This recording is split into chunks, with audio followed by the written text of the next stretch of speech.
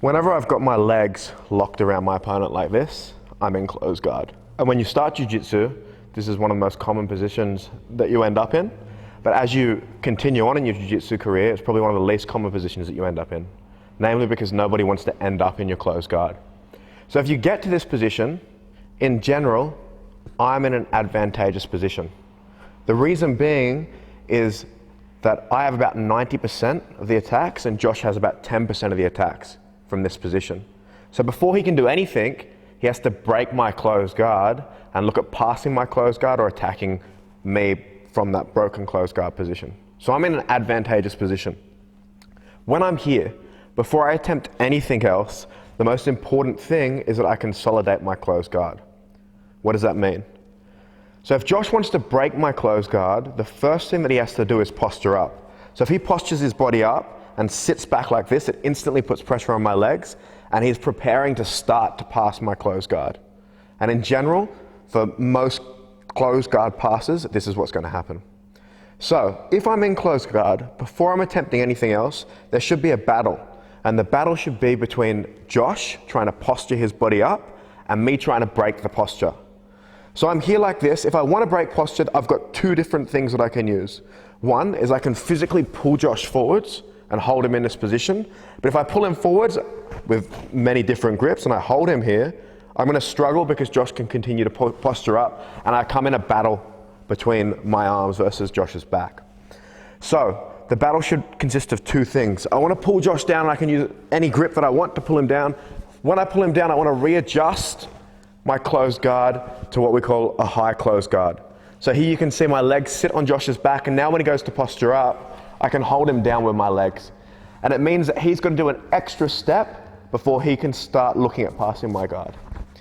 So if you're starting in this closed guard position, just practice. First step is I start in closed guard. I take a grip. It doesn't matter what grip I take, there's many variations of the grip, but basically I'm just trying to break Josh's posture. If I break the posture and I'm too late with my legs, he's just going to posture back up again. So I pull, break the posture. As soon as I do, I consolidate this by lifting my legs up and locking them higher in this high closed guard, and I'm holding Josh's posture down low like this.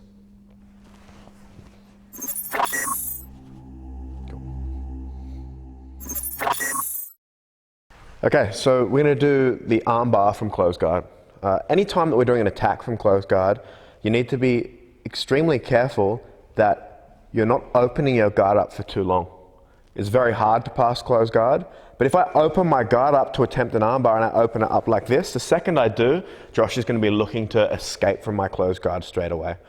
So when I do any of these attacks, obviously to finish the attack, I'm going to have to open my guard. But I want to make sure that I keep it closed for the longest amount of time until I have to open it, because it breaks that posture and holds him in place. So for my armbar, what I'm going to do is I'm going to start by breaking Josh's posture. Okay? If I pull him down in this position, it does break his posture, but it doesn't set up the armbar. So the way that I'm going to break his posture is by pulling the arm across the body and then locking my arm over the top. So you should be able to, once you get to this position, hold your partner in this position just with your arm locked over the top. Okay? So I'm here like this, I grab the arm, pull it across my body, and reach up at the same time and lock my arm down as tight as I can. I'm pushing Josh as hard as I can into my chest.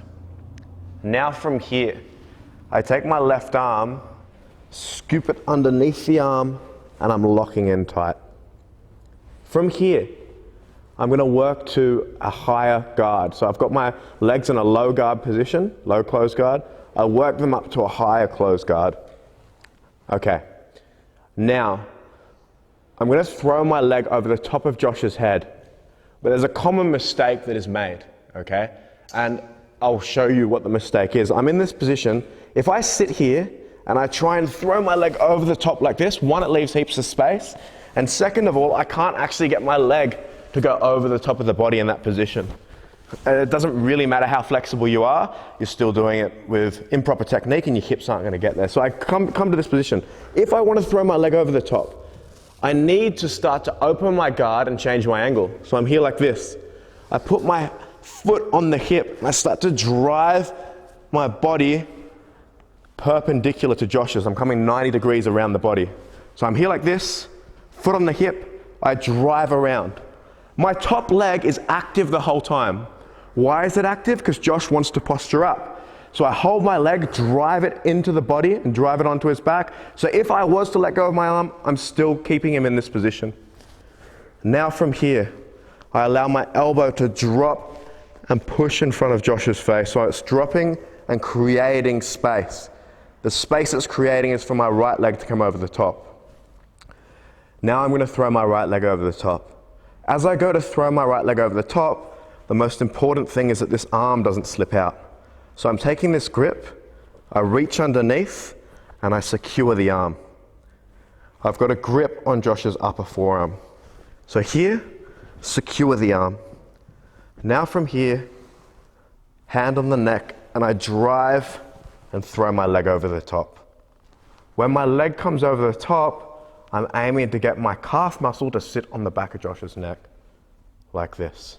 Now from here, I squeeze my knees as tight as I can, and I should be able to finish the armbar. When I want to finish the armbar, I'm lining the pinky up with my chest and lifting my hips. One more time in real speed. So I'm here like this. I grab the arm, pull it across the body, lock my hand, foot on the hip, this leg locks on top, grab underneath, secure the arm, lock my leg, lock my knees, finish the armbar.